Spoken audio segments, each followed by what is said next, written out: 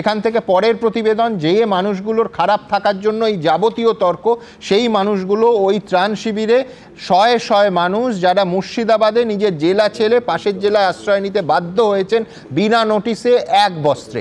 দেখুন তাদের কথা শুনি। বাড়ি ঘর সব পুড়ে সব ছারখার হয়ে গেছে স্যার, কি খাবো না খাবো এসব কিছু নেই অবস্থা।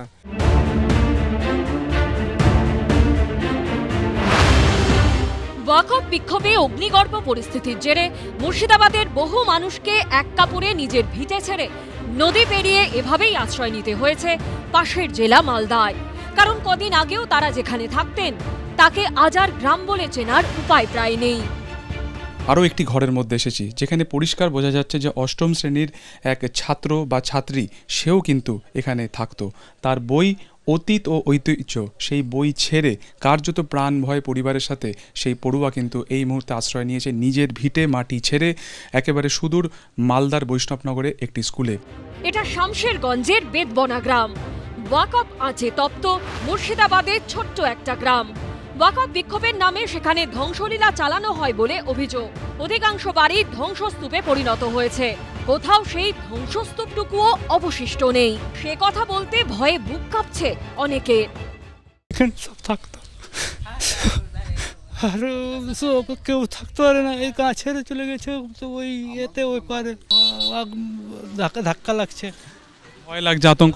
আতঙ্ক, প্রচুর আতঙ্ক। হাতে জীবন নিয়ে এখন চলাচল করছি, কখন আছে কখন নাই। মুর্শিদাবাদের বেদবনা হিন্দু প্রধান গ্রাম, বাসিন্দার সংখ্যা 1300-র মতো। অভিযোগ অত্যাচারের জেরে 700 জনের বেশি আজ গ্রাম ছাড়া। সব পুড়িয়ে দেওয়া হয়েছে, দুদিন পুরালছে, একদিনে পুরায়নি, দুদিনে পুরালছে। এগুলো সব পুলিশ আসলো না, কেউ থাকতে পারছে না, সব কিছু শেষ হয়ে গেছে। কেউ অত্যাচার সহ্য করে থেকে গেছেন, কেউ প্রাণ ভয়ে পালিয়েছেন নদী পেরিয়ে মালদার বৈষ্ণবনগরে, আবার কেউ আতঙ্কে এ রাজ্য ছেড়েই আশ্রয় নিয়েছেন পাশের রাজ্য ঝাড়খণ্ডে। শামশেরগঞ্জে মুদির দোকান রয়েছে প্রদীপ্ত পালের, সেই দোকানেই আগুন ধরিয়ে দেওয়া হয়েছে। লক্ষ লক্ষ টাকা লুট করা হয়েছে বলে অভিযোগ। প্রাণ ভয়ে বাড়ির মহিলা ও বাচ্চাদের ঝাড়খণ্ডে পাঠিয়ে দিয়েছেন প্রদীপ্ত। প্রচুর তাদের উপরে টর্চার করার চেষ্টা করেছে, ওই ভয়ে নিরাপত্তা নেই এখানে, ওই জন্য আমরা ঝাড়খণ্ডে পাঠিয়ে দিয়েছি মহিলাদেরকে, বাচ্চাদেরকে, সবাইকে। আজকে সকালে? হ্যাঁ, আজকে সকালে তাদেরকে পাঠিয়ে দিয়েছি। কেউ চলে গেছেন, কেউ এখনো যাচ্ছেন। একদিকে যেমন সেন্ট্রাল ফোর্স থেকে আরম্ভ করে পুলিশের টহল, অন্যদিকে এখনো চোখে মুখে আতঙ্ক। পরিবারের সদস্যদের নিয়ে একেবারে ব্যাগ গুছিয়ে মুর্শিদাবাদের শামশেরগঞ্জ ছাড়ছেন এখানকার বাসিন্দা। কোথায় যাচ্ছেন? মালদা যাচ্ছি। কেন? ওখানে থাকবো এখন, যতদিন এদিকে ঠিকঠাক না হচ্ছে। তো কী করবো এখানে, এখন এরকম পরিস্থিতি যদি কিছু রাতে কিছু হয়ে যায় তো কে দায়িত্ব নেবে? পুলিশ প্রশাসন তো রয়েছে, তাদের সাহায্য চাইতে পারতেন, কিন্তু মালদা চলে যেতে হচ্ছে কেন? পুলিশ প্রশাসন কিছু করছে না, যা করছে বিএসএফরা করছে। পুলিশ প্রশাসন যেদিন হয়েছে ওদিনকে অনেকবার ফোন করা হয়েছে, ওরা ফোন রিসিভ কি বলেছে? ফোনই রিসিভ করেনি ওরা। কবে সবকিছু ঠিক হবে, এটাই এখন বড় প্রশ্ন। আবির দত্ত ও সুকান্ত মুখোপাধ্যায়ের রিপোর্ট, এবিপি আনন্দ। দেখুন, এই মানুষগুলোর আজকের এই দুরবস্থার জন্য কে দায়ী? আমি রাহুলের কাছে যাব। রাহুল, আমি তর্কের খাতিরে কিছুক্ষণের জন্য ধরে নিচ্ছি যে তৃণমূল যা বলছে যে বহিরাগতরা, আই রিপিট, পাশের রাজ্য থেকে আসা শয়তানরা পরিকল্পনা করে এই অশান্তি ঘটিয়েছে, ধরে নিচ্ছি খানিকক্ষণের জন্য। আমি বলছি নির্বাচিত সরকার তৃণমূলের, পুলিশ তৃণমূলের, প্রশাসনের তৃণমূলের, এই রকম একটা ঘটনা ঘটছে যা স্ফুলিঙ্গ স্পষ্ট দেখা গেছে গত সপ্তাহের মঙ্গলবার। আমি বলছি দায় নিতে হবে তো, কেন সামলানো গেল না? দেখো, আমি মহিদ্দার কথা শুনে একটা কথা প্রথমে বলা উচিত। আমি এতগুলো মহিদ্দার কথা শুনছিলাম যে একটা সম্ভবত ভার্জিলের একটা উক্তি ছিল যে নাও than thyself presume not God to ask can't span the proper study of the mankind is only man। পৃথিবীর সীমিত গণ্ডির মধ্যে ঈশ্বরকে খুঁজো না, যা প্রথমেই জানতে হবে তা বৃহত্তর মানব সমাজকে আর নিজের সত্তাকে। যারা ঠাকুর রামকৃষ্ণের কথা বলে, মহিদ্দারা স্বামী বিবেকানন্দের কথা বলে, ঠাকুর রামকৃষ্ণ যত মত তত পথ কোথায় চলে গেছে আমি জানি না। আর স্বামীজির আমি এমন ভারতবর্ষ চাই যার দেহ ইসলামীয় হবে, মস্তিষ্ক বৈদিক হবে আর হৃদয় বৌদ্ধিক হবে, সেটাও কোথায় কোথায় উড়ে গেছে আমি জানি না। সুতরাং এরা কতটা হিন্দুত্বের বা কতটা বিজেপির, এটা খুব ডাউট আছে আমার। দ্বিতীয় কথা আমি বলছি, এই যে এত প্রশ্ন উঠছে, আমি সব বুঝলাম, কিন্তু মহিদ্দা মুর্শিদাবাদে গিয়ে দাঙ্গা করেনি, যারা করেছে পুলিশ আটকালো না কেন? হ্যাঁ, রাহুলের সময়টা রাহুলেরই। হ্যাঁ, রাহুল দেখবে সেসের একটা স্টাডি বেরিয়েছে যেটা একটু আগে দেবাংশু প্রেস করেছিল, central study of education and secularism. তাতে বলা হচ্ছে 2023 সালের থেকে 84% দাঙ্গা বৃদ্ধি হয়েছে 2024-এ। আর তার মধ্যে খুব সারপ্রাইজিংলি এই 59টি দাঙ্গার মধ্যে 49টি দাঙ্গা হচ্ছে বিজেপি শাসিত রাজ্যে। আর বাকি এই যে তোমার দাঙ্গা করা প্রবণতা আরো ব্যতিক্রমী হয়ে তো পশ্চিমবঙ্গ সরকারের সতর্ক হওয়া উচিত ছিল। প্লিজ রাহুলের বলার মধ্যে অন্য কেউ বলবেন না। যারা আজকে দাঁড়িয়ে দাবি করছে না মমতা বন্দ্যোপাধ্যায় পদত্যাগ চাই, কেন এরকম হচ্ছে? আরে দিল্লিতে দাঁড়িয়ে রাজধানী, যেখানে পার্লামেন্ট, যেখানে প্রধানমন্ত্রী ভবন, যেখানে প্রতিরক্ষা মন্ত্রী ভবন, যেখানে স্বরাষ্ট্রমন্ত্রী থাকে, সেখানে 20 দিন দাঙ্গায় চলেছিল দিল্লি টানা। তখন কে পদত্যাগ করেছিল? প্রধানমন্ত্রী করেছিলেন না অমিত শাহ করেছিলেন? আর তখন দাঁড়িয়ে যারা প্রভোকেশন দিয়েছে, সেই কপিল মিশ্র বা যে অনুরাগ ঠাকুর যে বলেছিল গলিমার সালেকো, তারা কোথায়? তাদের বিরুদ্ধে কোন ব্যবস্থা নেওয়া হয়েছে? আজকে দাঁড়িয়ে বাংলায় দাঁড়িয়ে ঠিক উল্টো সুর গাইছে। ওয়াকফ স্টেটের এই বিল টানার প্রয়োজন ছিল। আমি যদি বলি উল্টো, যে বেকারত্ব জ্বালা মিটিয়ে দাও, আজকে কর্মসংস্থানের জ্বালা মিটিয়ে দাও, আজকে সমস্ত ল্যামিনেশন ঘুরিয়ে দিয়ে এটাকে নিয়ে পড়ো। আর দাঙ্গা জ্বললে, বাগুন জ্বললে, ভাঙচুর হলে সবচেয়ে বেশি লাভ কোন পার্টির? তার নাম ভারতীয় জনতা পার্টি। যারা মনে করে এই দাঙ্গা করলে সবচেয়ে বেশি আগে ক্ষমতা আসা যায়, আজকে দাঁড়িয়ে সেখানে দাঁড়িয়ে পশ্চিমবঙ্গে পরিকল্পিত। আমরা বলছি না বিএসএফ করেছে, আমাদের বক্তব্য শাসক দল বলছে বিএসএফ করেছে। আজকে দাঁড়িয়ে একটা একদম স্পষ্ট, যারা ওখানে দাঁড়িয়ে স্থানীয় মানুষ তারা বলছেন যারা যারা এখানে দাঙ্গায় জড়িত তাদের আমরা চিনি না, তারা কোথা থেকে ঢুকলো? তোমার কথা শুনে মনে হচ্ছে বিজেপি দাঙ্গা করতে চাইলো, করতে পারলো, আর তৃণমূল করতে দিল না। সেটাই তো তৃতীয় পার্টটা তুমি উত্তর দিয়ে দাও। শামশেরগঞ্জ বা অন্য জায়গায় বাখেরগঞ্জে যে ধুলিয়ানে বর্ডারটা পুরো দেখবে নদীমাতৃক, এই সম্পূর্ণ জায়গাটায় কাঁটাতারের বেড়া খুব কম। আমি প্রশ্ন, মুর্শিদাবাদের পঞ্চায়েত লেভেলে সবকটা স্তরের এমপি এমএলএ তারা কোন দলে রাহুল? না আমি বলছি তোমাকে, কোথাও একটা দাঁড়িয়ে যেটা অন্য ব্যক্তিকে বললো যে দেরিতে হলো, কোথাও পুলিশ কিন্তু সম্পূর্ণ সব জনপ্রতিনিধি তৃণমূলের সবাই ঘুমোচ্ছিল, বিজেপি এসে দাঙ্গা করে বেরিয়ে গেল। বলতে চাইছি যারা বলছে কেন্দ্রীয় বাহিনী নামালো কেন, তৃণমূল সরকারের পুলিশ ব্যর্থ হয়েছে। আরে কেন্দ্রীয় বাহিনী যদি এখানে নেমে ব্যর্থ হয়, তাহলে দাঁড়িয়ে ত্রিপুরায় কদিন আগে 18 জন পুলিশ যেখানে মারাত্মক ঘায়ল হচ্ছে, সেখানে কেন্দ্রীয় নামাতে হচ্ছে কেন? আসামে নামাতে হচ্ছে কেন? আজকে দাঁড়িয়ে তুমি আমার বেসিক, তোমার সব কটা যুক্তি আমি মানতে রাজি আছি, কিন্তু তুমি শুধু এইটা বলে দাও যে পশ্চিমবঙ্গ রাজ্য যেখানে মমতা বন্দ্যোপাধ্যায় সরকার চলছে, সেইখানে বিজেপি এসে লোক ঢুকিয়ে দাঙ্গা করে চলে গেল এবং 4 দিন সেই দাঙ্গা হলো, পুলিশ কিচ্ছু করলো না। সেখানে প্রশ্ন, বাবা তুই বলছো না যে বিএসএফ কে আমরা দায়ী করছি? বিএসএফ কি করছিল, কেন বা কি করে বাড়ি থেকে লোক ঢুকলো? পুলিশ প্রশাসন মুর্শিদাবাদে পুলিশ এখন অ্যাক্টিভ হয়েছে। 20টা বিধানসভার মধ্যে 18টা তৃণমূল কংগ্রেস প্রতিনিধি। তোমায় বলছি আমি, আজকে যদি পুলিশ অ্যাক্টিভ সেইভাবে না হতো, তাহলে এই দাঙ্গা কোথায় গিয়ে দাঁড়াতো কেউ জানে না। আজকে পুলিশ ডেফিনেটলি অ্যাক্টিভ হয়েছে এবং আয়ত্ত আনা গেছে। রাহুল বলছে পুলিশ ডেফিনেটলি ভালো কাজ করেছে, যার ফলে আরো জিনিসটা বাড়তে পারতো, ছোট করেছে। কিন্তু মুশকিল হচ্ছে যে রাহুল যে দলটাকে সমর্থন করে, তৃণমূল কংগ্রেসের সাংসদ থেকে বিধায়ক যারা ওখানকার, যারা কলকাতায় বসে ঠান্ডা ঘরে বসে নীতি নির্ধারণ করে তারা নয়, তারাই মনে করছেন যে পুলিশ সম্পূর্ণ ব্যর্থ হয়েছে। কি বলছেন তৃণমূলেরই সাংসদ এবং বিধায়করা, দেখুন তো একবার। উচিত ছিল আরো বেশি হয়তো এটাকে সক্রিয় হওয়া বা দেখা। এটা জঙ্গিপুর পুলিশ পিডির গাফিলতির জন্য সেটা শুনেছি, পুলিশ ওখানে 4 ঘন্টা পর ওখানে পৌঁছেছে। দুজন মুর্শিদাবাদ জেলার 2 কেন্দ্রের তৃণমূল বিধায়ক, অপরজন এই জেলারই জঙ্গিপুরের তৃণমূল সাংসদ। সংশোধিত ওয়াকফ আইন বিরোধী আন্দোলন ঘিরে মুর্শিদাবাদের নানা প্রান্তে হিংসার আগুনে জ্বলার পর তৃণমূলের এই জনপ্রতিনিধিরাই সরাসরি পুলিশি গাফিলতির অভিযোগ করছেন। পুলিশের সংখ্যাটা আমাদের এখানে গতকালকে প্রয়োজনের তুলনায় অনেক কম ছিল আর কি। যদি ঠিক সময় মতো সঠিক সংখ্যায় যদি পুলিশ পৌঁছতে পারতো, তাহলে পরে এরকম ঘটনা হয়তো হতো না আর কি। কিন্তু পুলিশ পৌঁছতে দেরি হয়েছে, দেরি হওয়ার ফলে ওরা সুযোগ পেয়েছে আর কি। তৃণমূলের জনপ্রতিনিধিরাই যেখানে পুলিশের ভূমিকা নিয়ে সরব, সেখানে বিরোধীরা চুপ থাকবে কেন? সেখানকার প্রশাসনের ব্যর্থতা আজকে এই ঘটনার জন্য দায়ী। বাংলার মুখ্যমন্ত্রী তার জন্য অন্তত মুর্শিদাবাদে একবার সেই এলাকায় ভিজিট করা উচিত, সেই সমস্ত পরিবারের পাশে দাঁড়ানো উচিত, সেই এলাকার মানুষের কাছে গিয়ে তার ক্ষমা চাওয়া উচিত বলে মনে করি। শুক্রবার শামশেরগঞ্জ ও ধুলিয়ান রণক্ষেত্র হয়ে ওঠার পর শনিবার সন্ধে অশান্ত মুর্শিদাবাদে পৌঁছন ডিজি রাজীব কুমার। জানি অসন্ত স্পষ্ট করে দিয়েছেন মুর্শিদাবাদের ভরতপুরের তৃণমূল বিধায়ক হুমায়ুন কবির। উনি যখন কালকে তড়িঘড়ি আসলেন, আগে যদি তিনার আসার প্রয়োজন তা দেখা দিত, তাহলে নিশ্চয়ই তিনি কাল যখন আসতে পেরেছেন, দুদিন আগেও তিনি আসতে পারতেন, কিন্তু তারা এটাকে হালকাভাবে নিয়েছে। অর্থাৎ পুলিশের বিরুদ্ধে গাফিলতির যে অভিযোগ বিরোধীরা করছে তা শোনা যাচ্ছে মুর্শিদাবাদের তৃণমূলের জনপ্রতিনিধিদের গলাতেই। দেখুন তো এই ছবিটা দেখুন, মুর্শিদাবাদে পুলিশের সামনে গুলিয়ার, দেখুন 11 তারিখে গুলি, বোম, দেদার, সব লোকাল লোক। ওখানেই পিএফআই, সিমি, আনসারুল বাংলা, জিহাদি জঙ্গিরা আছে। শাটার লাগিয়ে ঢুকিয়ে গেছিল মমতার পুলিশ।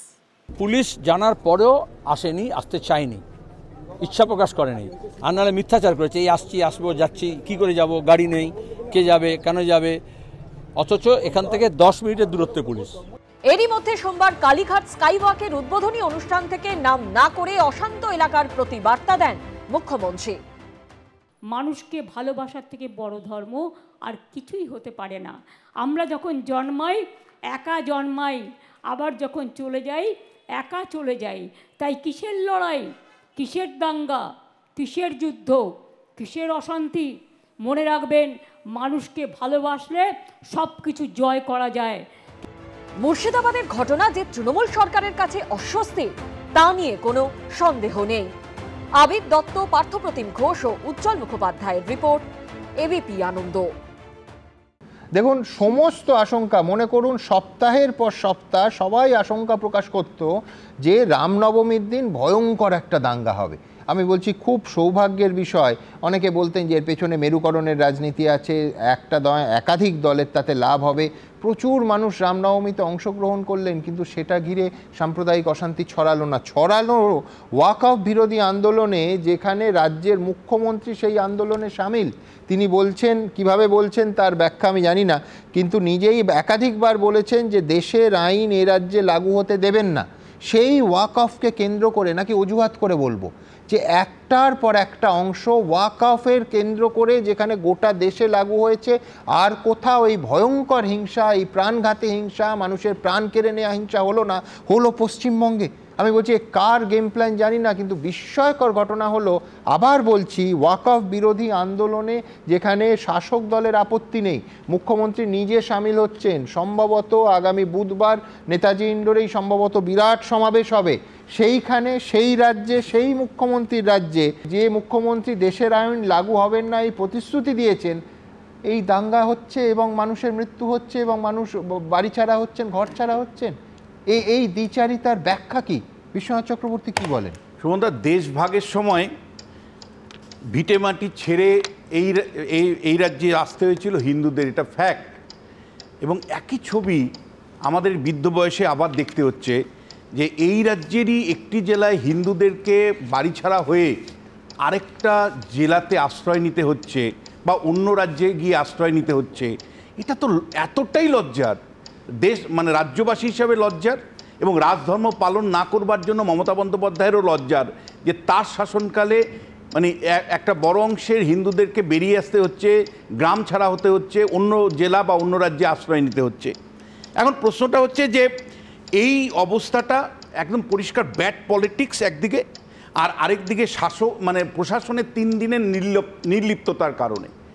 একেবারে মানে যেহেতু রামনবমীর মিছিলকে কেন্দ্র করে কোনো রকম মানে প্রশাসন এতটাই সতর্ক ছিল যে কোনো মতেই যাতে বিজেপি পোলারাইজেশনের রাজনীতিতে, অর্থাৎ কোনো ঘটনাকে কেন্দ্র করে পোলারাইজেশনের রাজনীতির সুযোগ না নিতে পারে, তার জন্য শান্তিপূর্ণ যতটা করা দরকার এবার করেছে 26-এর নির্বাচনের আগে।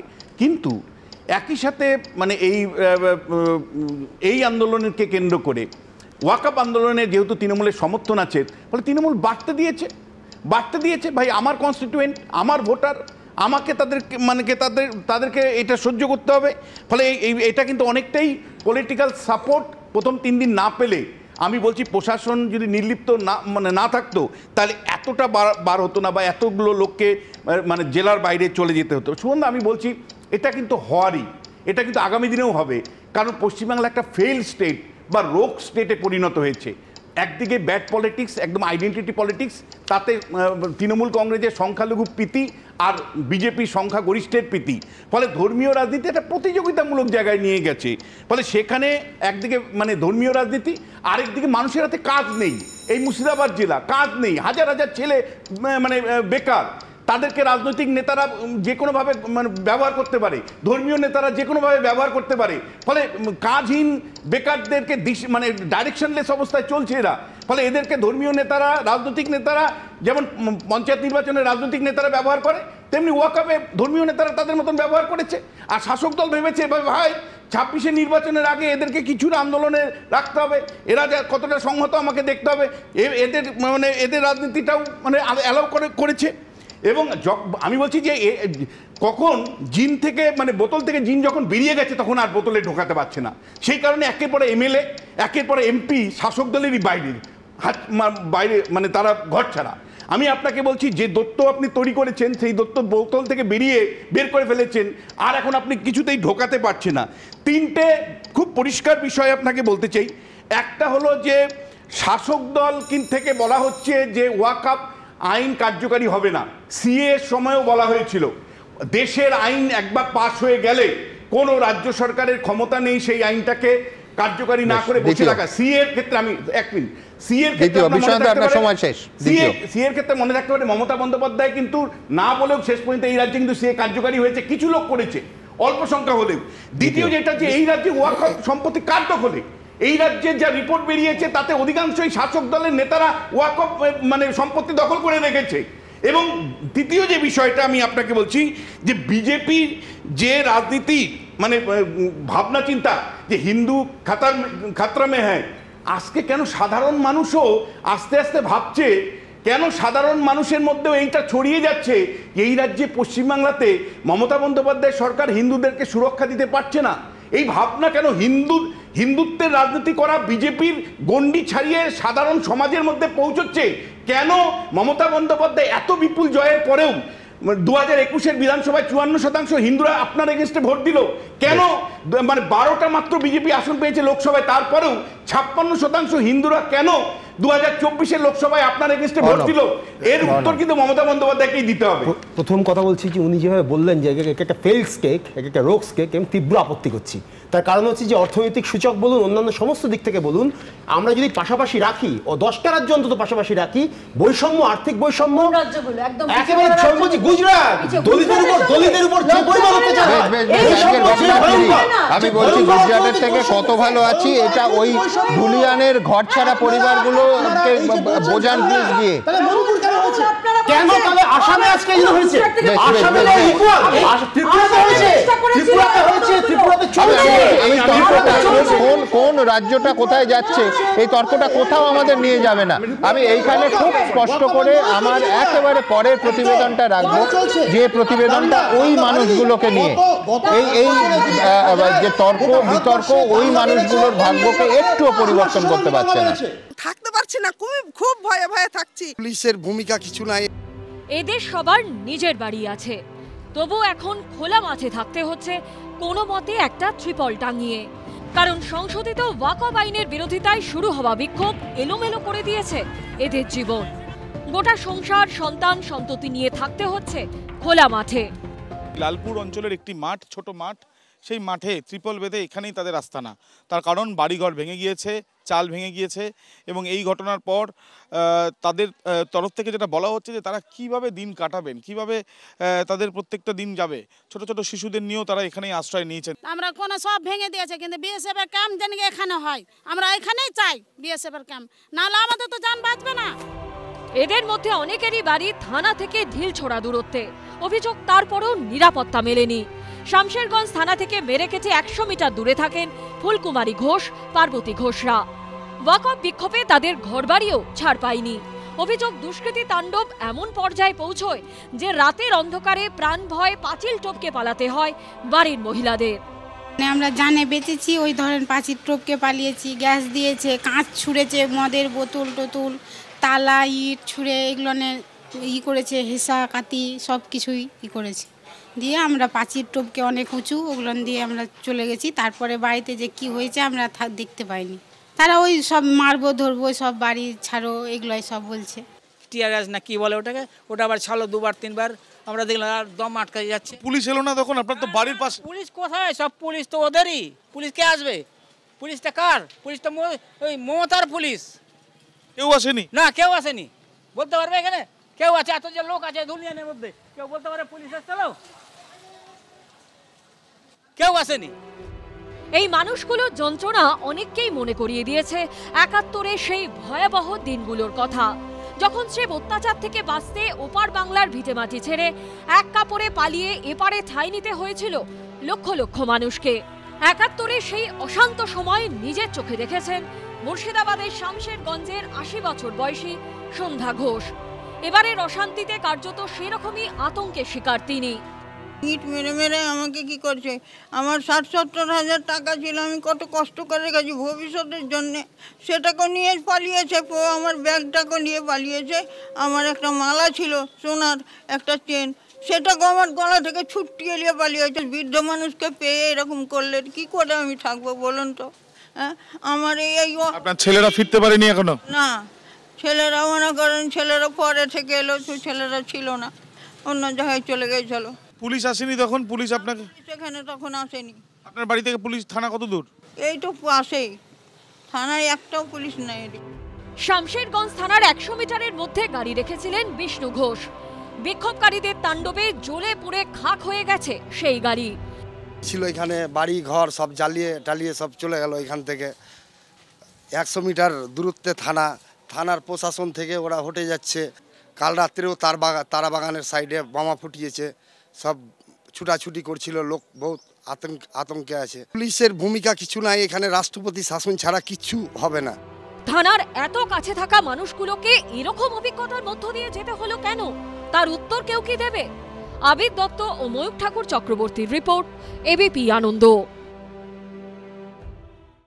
আমি নজরুলদার কাছে আসবো, তার কারণ কলকাতা পুলিশ ভাঙন নিয়ে একটা সোশ্যাল মিডিয়ায় পোস্ট করেছে। ভাঙনের পরিস্থিতি সম্পূর্ণ নিয়ন্ত্রণে আছে।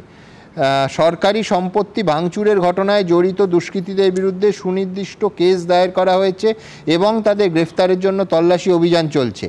সাধারণ মানুষকে গুজবে কান না দেওয়ার জন্য অনুরোধ করা হয়েছে। মিথ্যে তথ্য ছড়ানোর জন্য জড়িতদের বিরুদ্ধে কড়া আইনি ব্যবস্থা নেওয়া হবে। আমি বলছি যে পুলিশের গাড়ি দুষ্কৃতীরা ভাঙচুর করছে, এটা এই গুজবের কারণে? আমি জানতে চাইছি আপনার কাছে। দেখুন, এবং পুলিশের গাড়ি ভাঙচুর করলে পরিস্থিতি তখন বুঝতে হবে যে সম্পূর্ণ নিয়ন্ত্রণে আছে। একদমই নিয়ন্ত্রণে নেই। আমি যখন প্রথমে বলার সময় যেটা বলেছি যে আজকেও ওয়াকআপ নিয়ে শাসক দলের নেতা ওখানে মিটিং করছেন, তাহলে মিটিং করাটা বন্ধ নয়। তাহলে বিরোধী কোনো নেতা যদি মিটিং বা মিছিল করতে চায় তাহলে তাকে বাধা দেয়া কেন? আমি বলছি এটা অন্যায়, কিন্তু আমি বলছি পুলিশে যারা কাজ করেন তাদের তো এটা বোঝা উচিত যে কোনো বিরোধী দল যখন মিছিল বা মিটিং করতে চাইছে, আমি তাকে আটকাচ্ছি, তখন তারা তো জোর করে সেটা করতে চাইবে। তো তাহলে পুলিশ তার জন্য প্রস্তুত ছিল না কেন? যদি প্রস্তুত থাকে তাহলে কি পুলিশের লোকেরা ইচ্ছাকৃতভাবে এই যে একের পর এক মোটরসাইকেলগুলো পুড়িয়ে দিয়েছে, পুলিশের ভ্যান গাড়ি উল্টে দিয়েছে, এগুলো ইচ্ছে করে করতে দিয়েছে? আমার ধারণা করতে দেয়নি। তার মানে তারা তৈরি ছিলেন না পুলিশের লোক যারা বলছেন। আর গুজব যদি ছড়ায় এই শাসক দলের লোকেরা আর পুলিশের লোকেরাই ছড়াচ্ছে। আমি এক উদাহরণ দিচ্ছি। দেখুন, বিরোধী দলনেতা হাইকোর্টে যাওয়ার পর কেন্দ্রীয় বাহিনী মোতায়েনের জন্য হাইকোর্ট থেকে আদেশ হয়েছে, কিন্তু তার আগে ডিস্ট্রিক্ট ম্যাজিস্ট্রেট বিএসএফকে ডেকেছে কেন্দ্রীয় বাহিনী। তো আমি কি এটা বিশ্বাস করব যে ডিস্ট্রিক্ট ম্যাজিস্ট্রেট আমাদের পুলিশ মন্ত্রী তথা মুখ্যমন্ত্রীর অনুমোদন না নিয়ে বিএসএফকে ডেকেছে? তার ডিএমএ চাকরিটা থাকবে তাহলে তারপর না? এবং যদি দেখে থাকেন অত্যন্ত মারাত্মক গঠিত বেআইনি কাজ করেছেন। না, বেআইনি কাজ নয়, কিন্তু আমাদের এখানে যারা আইএস আইপিএস অফিসার আছে তারা আইন অনুসারে কাজ করে না। শাসক দলের নেতা নেত্রীরা যা চাইছেন সেই অনুসারে কাজ করে। আমাকে শেষ করতে দিন। তো এই যে ডাকলেন শাসক দল, তারপরে আজকে মুখপত্রে এবং মুখপাত্র বলছেন যে বিএসএফ দাঙ্গাবাজদের ঢুকিয়েছে। এ গুজব তো শাসক দল আপনি বলছেন এটাও গুজব। আচ্ছা অন্য কেউ করতো, অন্য কেউ বলতো, এই পোস্টগুলো বিভিন্ন রাজ্যের করে ছাড়তো, কোনো আপত্তি ছিল না। যদি সেটাই সত্যি হতো, বিভিন্ন রাজ্যের গুলো দেখানো হচ্ছে, কখনো সিএ, কখনো এ রাজ্যের, কখনো উত্তরপ্রদেশের, তাহলে সুকান্ত মজুমদার যে পোস্ট ডিলিট করলো কেন? ডিলিট করলো মানে তো মেনে নাও হলো যে এগুলো ফেক ছিল। ডিলিট করলো তার মানে কথা বলতো রাজ্য বিজেপি সভাপতি পোস্ট করছে, কতটা ডেঞ্জারাস হতে পারে? কি বলছো ভাই? আমি আপনাকে বলছি রাজ্য বিজেপি সভাপতি পোস্ট করছে, আমি ধরে নিয়েছি, আমি হ্যাঁ দ্রুত আপনি জিজ্ঞেস করলেন যে এই কেন গুজব ছড়ানো হচ্ছে। সেই ভদ্রলোক কোথায় সুমন, যিনি বলেছিলেন যে সরকারি সম্পত্তি পোড়ালে, পুলিশের গাড়ি পোড়ালে কপালে লক্ষ্য করে গুলি করবেন, তিনি আজকে কোথায়? আর তার কারণ তিনি চুপ আছেন, কারণ ভোট পায়, দুধের গায়ে ভোট চাইতো তৃণমূলের আগামী 2024-এ। আমরা ধরে নিচ্ছি, তর্কের খাতিরে ধরে নিচ্ছি যে এ রাজ্যের বিরোধীরা দায়িত্ব জ্ঞানহীন হতে পারে, এ রাজ্যের বিরোধীরা দায়িত্ব জ্ঞানহীন, কিন্তু আমি বলছি যে সেক্ষেত্রে দায়িত্বপূর্ণ ভূমিকা প্রশাসন পালন করছে। তো আমি আবার সেই শব্দবন্ধে ফিরবো, সেটা হচ্ছে মিনিমাম ফোর্স। যদি কোনো ঘটনা ঘটে, মিনিমাম ফোর্স বা ম্যাক্সিমাম ফোর্স কেন, অ্যাপ্রোপ্রিয়েট ফোর্স, যেটা করতে যাহা হইলে, পুরনো বাংলা একটা কথা ছিল, কি হইলে হবে, যাহা হইলে হবে। তো যাহা হইলে হবে সেইটুকু ফোর্স কেন পুলিশ, কোন বাধ্যবাধকতায় পুলিশ প্রয়োগ করবে না? এই প্রশ্ন আমাদের গত সপ্তাহে ছিল, আজও আছে। দেখুন মিনিমাম ফোর্সের কাণ্ড। পুলিশের গাড়ি জ্বালিয়ে দেওয়া হোক, সরকারি বাস অ্যাম্বুলেন্সে আগুন ধরানো, বাড়িতে দোকানে হামলা, লুট, খুন, রাহাজানি, কিছুই বাদ যায়নি মুর্শিদাবাদে। এমনকি জঙ্গিপুরে প্রাণে বাঁচতে দোকানে গা ঢাকা দিতে দেখা গিয়েছে পুলিশকে। এই আবহে যখন প্রশ্নের মুখে পুলিশের ভূমিকা, তখন শনিবার রাজ্য পুলিশের ডিজির মুখে শোনা যায় মিনিমাম ফোর্স ব্যবহারের প্রসঙ্গ।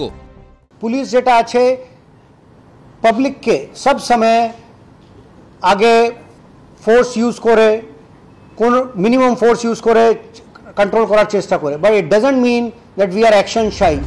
মুর্শিদাবাদ যখন অশান্ত, তখন রাজীব কুমারের গলায় এই মিনিমাম ফোর্স শব্দবন্ধ শুনে অনেকেরই মনে পড়ে গেছে 14ই আগস্ট রাতের কথা, যখন আরজিকর মেডিকেল কলেজে ভাঙচুরের পর কলকাতার তৎকালীন পুলিশ কমিশনার বিনীত গোয়েলের মুখেও শোনা গেছিল মিনিমাম ফোর্সের কথা।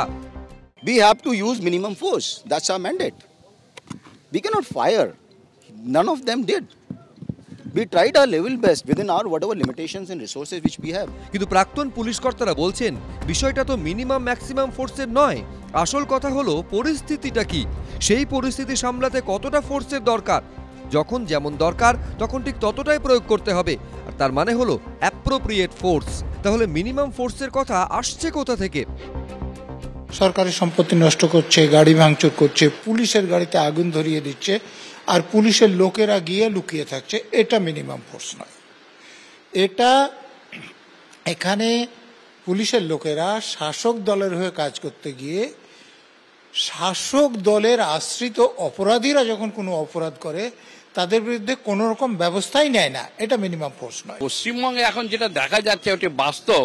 এখানে আগে আইপিসি সিআরপিসি ছিল, এখন হচ্ছে বিএনএসএস, ওইসব পলিসি চলে না। এখানে অনুপ্রেরণার প্রসিডিওর একটা নতুন প্রসিডিওর হয়েছে, সেই প্রসিডিওরে চলে। কখন ব্যবহার করা হবে কখন হবে না। এই যে মুর্শিদাবাদে এটা কি গাজা নাকি 4 দিন লাগলো যেতে, খবর ছিল না? বাইরের লোক এসে ঢুকে এইসবগুলো করছে, এগুলো করতে দেওয়া হয়েছে। জঙ্গিপুরে হামলার সময় পুলিশকে দোকানে লুকোতে দেখা গিয়েছিল, আর আরজি করে ভাঙচুরের সময় পুলিশ হাসপাতালের ভেতরে লুকিয়েছিল বলে অভিযোগ। তবে সেই পুলিশকেই আবার চাকরিহারা শিক্ষকদের লাথিও মারতে দেখা গিয়েছে। আর এইসব ছবি ঘিরে বারবার বিতর্ক। ব্রতদীপ ভট্টাচার্য, এবিপি আনন্দ। মুর্শিদাবাদে মিনিমাম ফোর্সের ইউজের কোনো সুযোগ ছিল না। কেন বলছি, সাম্প্রতিক ইতিহাস সিএর সময় মানুষ দেখেছে যে কি ধরনের তাণ্ডব চলেছিল। 2022 সালে নূপুর শর্মার একটা মন্তব্যকে কেন্দ্র করে কি ধরনের তাণ্ডব চলেছিল মানুষ দেখেছে। তারপরে কার্তিক পূজাকে কেন্দ্র করে কিভাবে মানে ভায়োলেন্স হয়েছে মানুষ দেখেছে। তারপরে মিনিমাম ফোর্স আপনি তো ম্যাক্সিমাম করবেন, কিন্তু একই সাথে আপনি মুর্শিদাবাদে একের পর এক যখন রামনবমীর মিছিলগুলো হয়েছে সেগুলো প্রোটেকশন দিয়ে ঠিক মতন করেছেন, যাতে ওখানে কোনো একটা ঘটনা ঘটলে বিজেপি তার থেকে পোলারাইজেশন করতে পারে। আর এখানে শাসক দল যেহেতু ওয়াকআপ আইনটাকে বিরোধিতা করছে, তাই তাদেরকে 3 দিন ছেড়ে দিলেন। প্রশ্নটা দ্বিতীয় জায়গায়, একটা জেলায় যেখানে পঞ্চায়েত থেকে পুরসভা এবং সাংসদ সব তৃণমূল কংগ্রেসের, তাহলে তৃণমূল কংগ্রেসের পার্টিও ফেল করলো নাকি পার্টি ফেল করতে দিল? আমি প্রশ্ন তুলতে চাই যে একটা প্রশাসনের পাশাপাশি পার্টি যেখানে অ্যাবসলিউট পাওয়ারে আছে, যেখানে কোনো বিরোধী বলে কিছু নেই, সেই জায়গাতে কি করে একটা পার্টি ওয়াচের বাইরে গিয়ে এইরকম হোলিগানিজম হলো? তাহলে পার্টিকে অ্যালাউ করলো, তাহলে প্রশাসনও অ্যালাউ করলো, পার্টিও অ্যালাউ করলো, তার মানে এটা অর্গানাইজড ওয়েতেই করানো হয়েছে পলিটিক্যাল পারপাসের জন্য। চাই প্রশাসন এখানে শান্ত সংযত থাকবে এতগুলো ঘটনার পরে, না ট্রিগারাপি হবে? কোনটা চাইছে মিশন অফ দ্য প্রশাসন? যদি আবার কি এই দুটো মেরু আছে নাকি? প্রশাসন লাঠিও চালাবে না আর নয়তো গুলি চালাবে? দরকার ছিল যাতে ওটা আরো না বাড়ে, যেভাবে বিশ্বনাথ বলছেন। আমি সমিতদার কাছে যাব। সমিতদা, আরেকটা এখনো পর্যন্ত আমি জাগো বাংলা অন্তত পড়িনি, কিন্তু তৃণমূলের অনেক নেতা বলছিলেন ও গুলি চলেছে, বিএসএফ চালিয়েছে। আমি বলছি যে কেন্দ্রীয় বাহিনী এবং বিএসএফ তারা এই রাজ্যে তো শীতলকুচি অত বড় একটা রাজনৈতিক ইস্যু হয়ে গেছিল, কোথাও কি আপনার মনে হয় যে এই আপনি যেহেতু বিএসএফ এর একটা অংশ ছিলেন এত দশক ধরে, যে বিএসএফ কে সামনে রেখে বিএসএফ কে কাঠগড়ায় তুলে পুরো খেলাটা চলছে রাজনৈতিক? বিএসএফকে নিয়ে খেলতে গেলে কষ্ট হবে একটুখানি। কারণটা হচ্ছে যে তুমি যেটা বললে যে শীতলকুচি, একটু কারেকশন, ওখানে সিআইএসএফ ছিল না, সিআইএসএফ ছিল, কিন্তু আমি কেন্দ্রীয় বাহিনী, কেন্দ্রীয় বাহিনী পার্ট অফ দিস।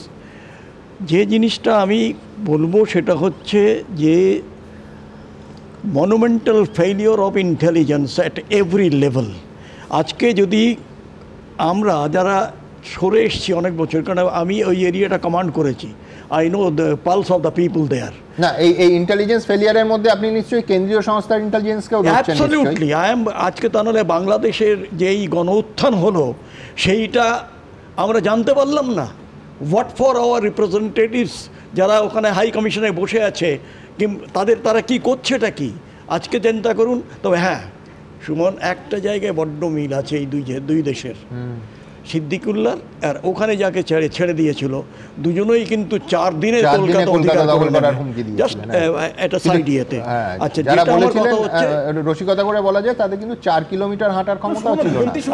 সুমন, সিদ্দিকুল্লাহকে এরপরেও মন্ত্রিসভায় মমতা বন্দ্যোপাধ্যায় রাখবে কেন? একটা মানে সংবিধানের শপথ নেওয়া মন্ত্রী, তিনি প্রকাশ্যে বলছেন যে কলকাতাকে অচল করে দিবেন, এবং তার উস্কানির ফলে এই ধরনের ঘটনা যদি ঘটে থাকে, আমার প্রশ্ন মমতা বন্দ্যোপাধ্যায় কেন রাখবেন? শুধুমাত্র মুসলিম ভোট ব্যাংকের সাথে কেন? একটা পয়েন্ট বলি, কারণ আমরা যেগুলো ঘটনাগুলো ঘটে গেছে সেই ব্যাপারে আমরা এখন অনেক বেশি আলোচনা করছি, যাতে ভবিষ্যতে না ঘটে তার জন্য তো চিন্তা ভাবনা করতে হবে। We must carry out certain introspection, আমরা কোথায় কোথায় ফেলিওর করেছি। আমি যেটা বলবো সেটা হচ্ছে যে প্রথম first failure is intelligence failure. Number 2, 3 দিন কেন লাগলো ওখানে পৌঁছতে? একটা হেলিকপ্টার নিলে তো, যেদিন আমরা খবর পেয়েছি একটা হেলিকপ্টার নিয়ে ডিজি কিংবা তার প্রতিভু কেউ এসে কেন ওখানে হালটা ধরেননি।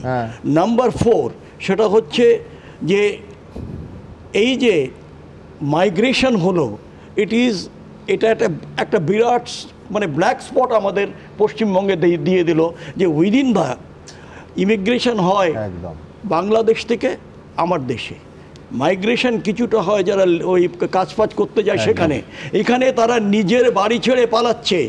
সেই জায়গাটায় যারা দিতে পারেনি, সেই যারা অ্যাডমিনিস্ট্রেশন, তাদের তুমি কি বলবে?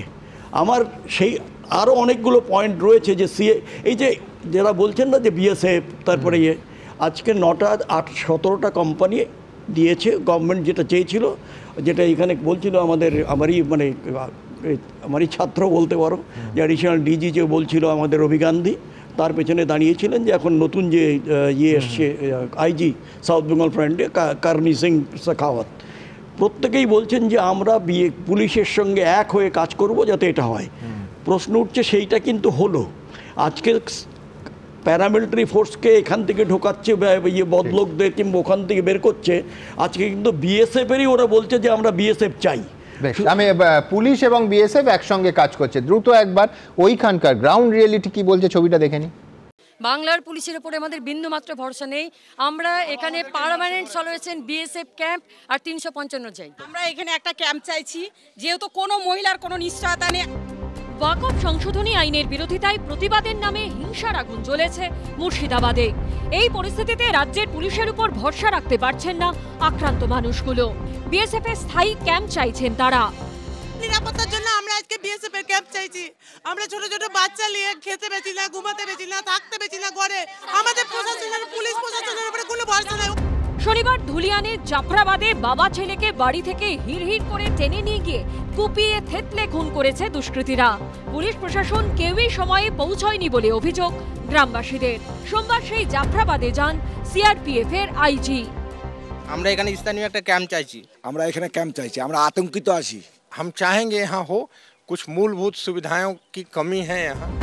সোমবার ধুলিয়ানের ঠাকুরপাড়া এলাকায় যান বিএসএফ এর এডিজি। তাকে ঘিরে ধরে হাতজোড় করে এলাকায় ক্যাম্প তৈরির আর্জি জানান মহিলারা।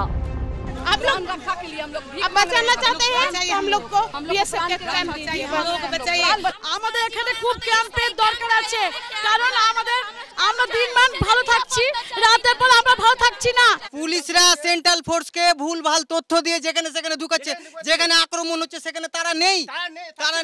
আর সেন্ট্রাল পুলিশরা সম্পূর্ণ সাহায্য করছে ওদেরকে, টিএমসি লোককে সম্পূর্ণ সাহায্য করছে। ওরা বলছে কতদিন ফোর্স থাকবে, তারপরে তোমরাকে ফের মারবো আমরা। পুলিশের গলায় এখন প্রতিশ্রুতির সুর। শনিবার যেটা বললাম, আফটারনুনের পর থেকে কোনো রকম অপ্রীতিকর ঘটনা কিন্তু রিপোর্টেড অ্যাজ সাচ হয়নি। ইতিমধ্যেই কিছু কিছু দোকানপাট খুলতে আরম্ভ করেছে এবং উই আর ভেরি কনফিডেন্ট যে নর্মালসি খুব তাড়াতাড়ি, সেটা খুব শীঘ্রই আমরা করতে পারবো। কিন্তু পুলিশ পরিস্থিতি নিয়ন্ত্রণে বলে দাবি করলেও খোদ ফরাক্কা তৃণমূল বিধায়ক মনিরুল ইসলাম এখনো পর্যন্ত বাড়ি ফিরতে পারেননি। আবির দত্ত, সুকান্ত মজুমদার ও ময়ূখ ঠাকুর চক্রবর্তীর রিপোর্ট, এবিপি আনন্দ। এইরকম একটা ক্রাইসিস হয়েছে যেখানে সাধারণ মানুষ আক্রান্ত, ঘর ছাড়তে বাধ্য হয়েছে। এটাই তো স্বাভাবিক পন্থা যে কেন্দ্রীয় বাহিনী এবং রাজ্যের পুলিশ একসঙ্গে কাজ করে জিনিসটাকে ক্লিন করবে। না, আসলে তা নয়। যখন সমস্যাটা এরকম হয়ে যায় যে এবার পুলিশকে বা রাজ্যের বাহিনীকে কিছু স্টেপ নিতে হবে, তখন সেটা কেন্দ্রের ওপর চাপিয়ে দিলে ভালো হয়। তথাগতবাবু একটা কথা বলেছেন, তথাগতরা যে সিপিএমের সবচেয়ে ভালো ছাত্রী হচ্ছেন মমতা বন্দ্যোপাধ্যায়। 2007 সালে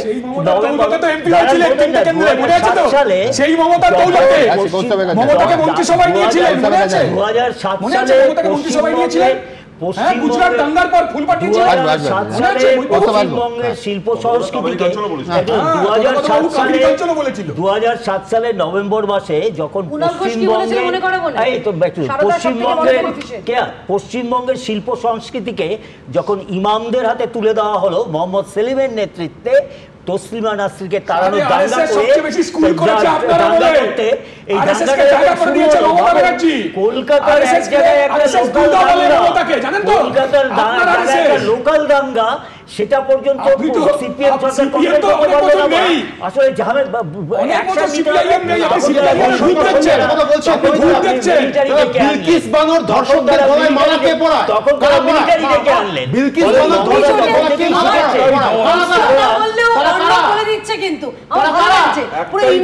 ধর্ম পালন করছে তৃণমূল। আমি বলি না সিপিএম।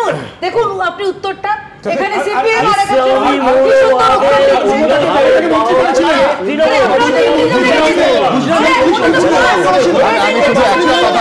প্রত্যেক বক্তা যেন এটা মাথায় রাখেন যে এই মুহূর্তে রাজ্যের একাধিক জায়গায় আগুন জ্বলছে, যার ফলে কারুর বক্তব্যে এমন কোনো ইন্ধন না থাকে যেটা সাধারণ মানুষের উত্তেজনাকে বাড়িয়ে দেয় প্রশমিত করার বদলে। আমি বলছি আমাদের কাজ কিন্তু আগুন লাগানো নয়। এইখান থেকে কেন বলছি যে রাজ্যের বিভিন্ন জায়গায় এখনো উত্তপ্ত, আজকে শিলিগুড়িতেও সেই উত্তাপ ছড়িয়েছে।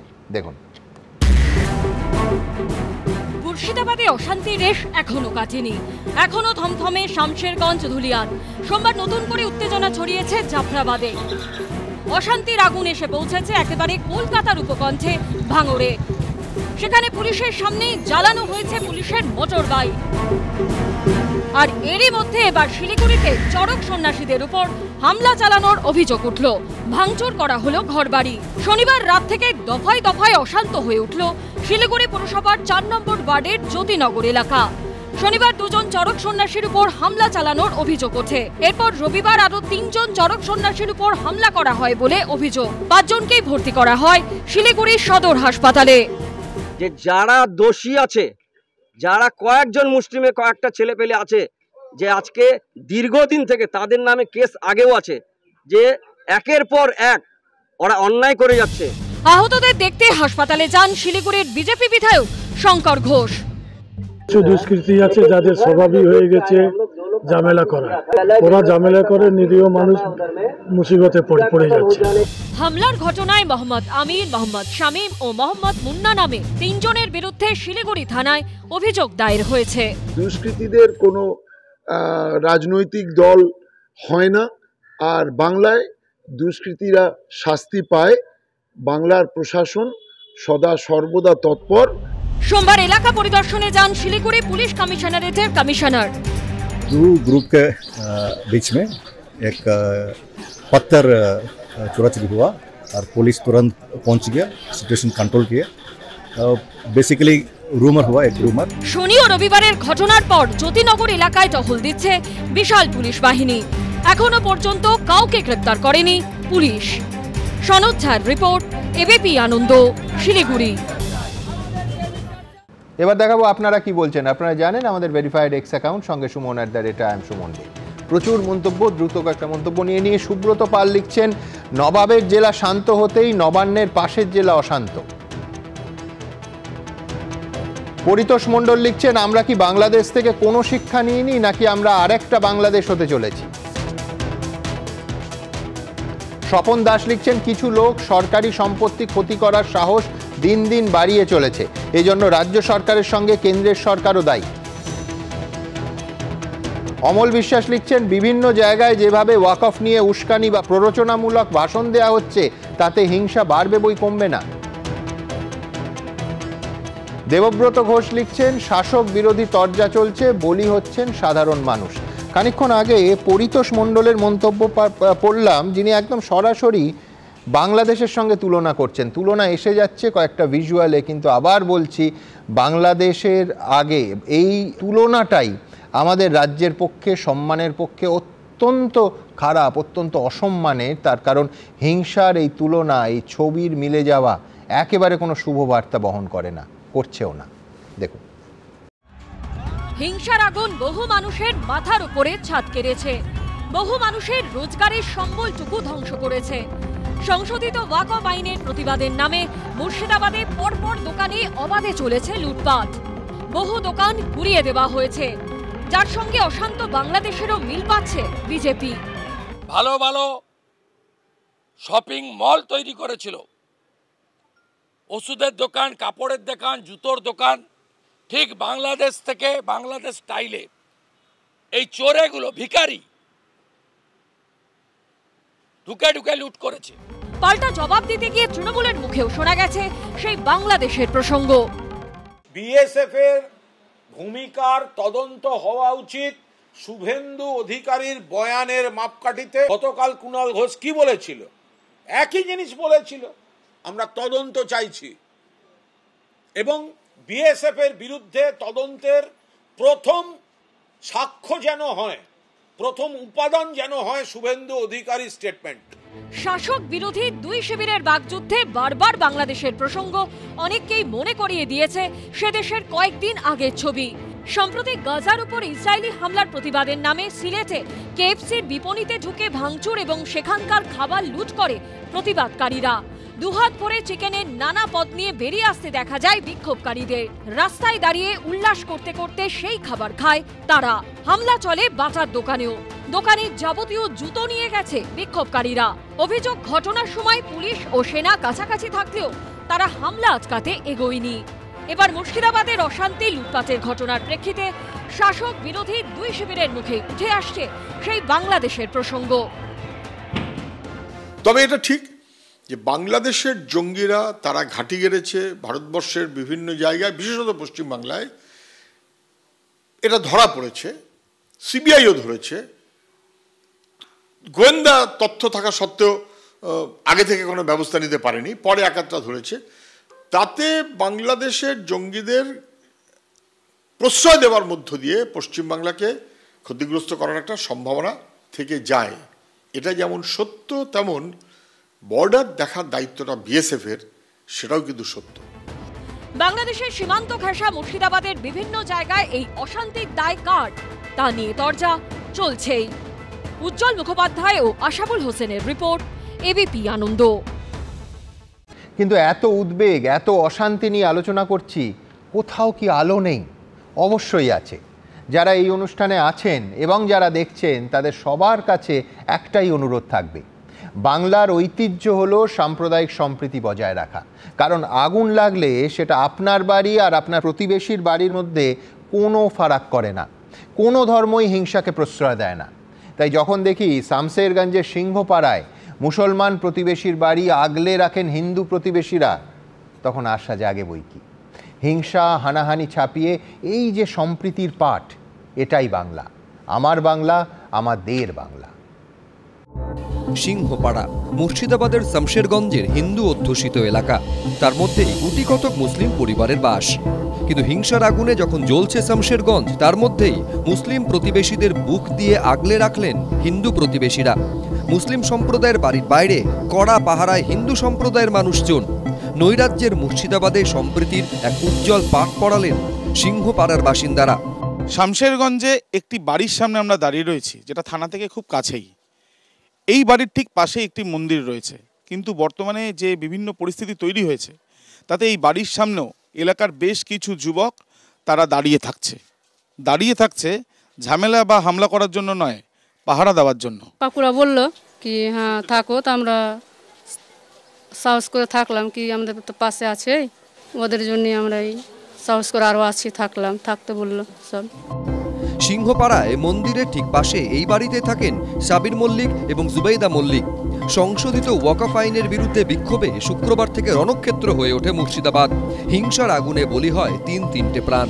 কিন্তু এই অশান্তির মধ্যেই প্রতিবেশী সাবির জুবেইদাদের রক্ষার দায়িত্ব নেন স্বপন বংশীলালরা। অশান্তির আগুন বন্ধুত্বকে ছারখার করতে পারেনি। এই যে পরিস্থিতি তৈরি হয়েছে, সেই পরিস্থিতিতে গেটের সামনে যে তালা ছিল সেই তালাও খুলে গেল। তার কারণ এলাকার বাসিন্দারা বলছেন তারা পাহারা দিচ্ছিলেন অন্যান্য বাড়ির মতন আরও একটি বাড়িতে। যে বাড়িতে যারা থাকেন তারাও জানাচ্ছেন যে তারা আজকে আশ্বস্ত হচ্ছেন শুধুমাত্র এলাকার বাসিন্দারা পাহারা দিচ্ছেন বলে। মিলেমিশেই তারা থাকতে চান এবং আগামী দিনও এইভাবেই তারা এগোবেন। ছবি এই শামশেরগঞ্জেরই। ইনাকে আমি বলে গেছি আমরা সন্ধ্যার সময় যে তোমরা নিঃসন্দেহে থাকো, তোমরা কোনো ভয় করবে না, আমরা আছি। আমাদের একসঙ্গে মিলেমিশে থাকা সব দিনই আছে আর আগেও থাকবে। 40-এর দশকে সম্প্রীতি রক্ষার্থে বিহুর সুরে সলিল চৌধুরী লিখেছিলেন, ও মোদের দেশবাসী রে, আয়রে পরাণ ভাই, আইরে রহিম ভাই, কালো নদী কে হবি পার, এই দেশের মাঝেরে পিশাচ আনে রে কালো বিভেদের বান, সেই বানে ভাসে রে মোদের দেশের মান। মুসলিম প্রতিবেশীদের পাশে দাঁড়িয়ে এই ঐতিহ্যই অটুট রাখলেন সিংহপাড়ার হিন্দু বাসিন্দারা। আবির দত্ত, এবিপি আনন্দ, মুর্শিদাবাদ।